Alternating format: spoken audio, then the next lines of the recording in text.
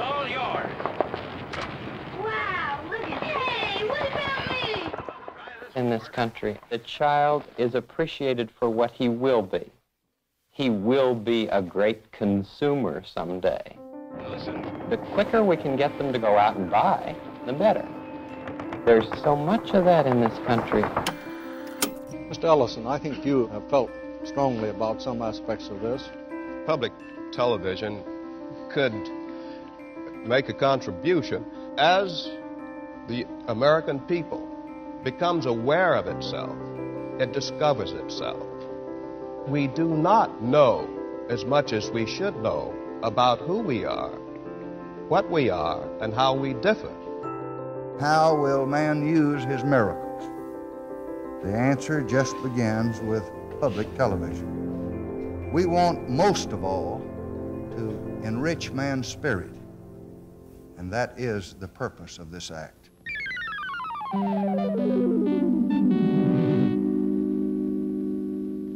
And then Nixon became president, and he wanted to cut the funding. The beginnings of PBS was going to probably be dismantled by Richard Nixon, whose approach to media was to threaten stations if they didn't behave politically. Nixon had a problem with his budget. He had to find money for the Vietnam War. It wasn't a lot of money in today's terms, but he wanted to cut the budget. In the midst of all this, Fred Rogers gets to go before Congress, argue for $20 million of funding to sort of solidify PBS in front of John Pastore, who's the senator who had already sort of made his congressional bones by attacking television. This is going to be a thorough hearing. This is going to be a hearing not to reach for a headline, but to reach for a result. There have been 2 days of hearings, and he hasn't been very impressed. If you've been watching those hearings and you had to bet on whether or not PBS was going to keep going, no. That educational television should permanently struggle for subsistence is intolerable. All right, who's the next witness?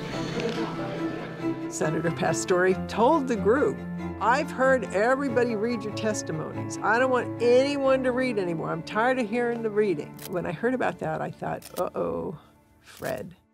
All right, Rogers, you got the floor. And I could hear in his voice the nerves. Senator Pastore, this is a philosophical statement and would take about 10 minutes to read, so I'll not do that. One of the first things that a child learns in a healthy family is trust, and I trust what you have said that you will read this. It's very important to me. I care deeply about children. My first children... Will it make you happy if you read it? I'd just like to talk about it, if it's all right. Sir. This is what I give. I give an expression of care every day to each child to help him realize that he is unique. I end the program by saying, you've made this day a special day by just your being you. There's no person in the whole world like you, and I like you just the way you are. And I feel that if we in public television can only make it clear that feelings are mentionable and manageable, we will have done a great service. Could I tell you the words of one of the songs which I feel is very important? Yes.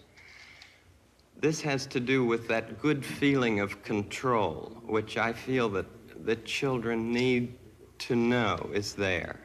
And it starts out, what do you do with the mad that you feel? And that first line came straight from a child. I work with children, doing puppets in very personal communication with small groups. What do you do with the mad that you feel? When you feel so mad you could bite. When the whole wide world seems oh so wrong, and nothing you do seems very right. It's great to be able to stop when you've planned a thing that's wrong and be able to do something else instead and think this song. I can stop when I want to, can stop when I wish, can stop anytime. Know that there's something deep inside that helps us become what we can. I think it's wonderful. I think it's wonderful. Looks like you just earned the $20 million.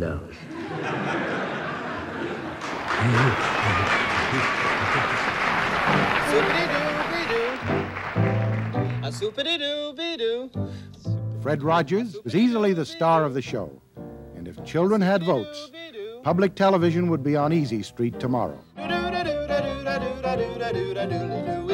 Oh, wow. Everything just sort of exploded. You know, suddenly there was press needing a path to our door. Good evening. I was in Pittsburgh a few days ago doing a bit of investigative reporting on a man named Fred Rogers. Meow, meow, meow, meow. Wonderful meow. Mr. Rogers does 10 different voices for 10 different puppets. Well, a copperhead is poisonous, is it not? He writes, he's the producer, he is the chief performer, and he is a marvel. Fred Rogers, as best I can tell, has managed to escape the calloused, the embittered, the negative aspects of being a public performer. He is doing the one thing in the world that he wishes to do, and he is, by any definition, a happy man.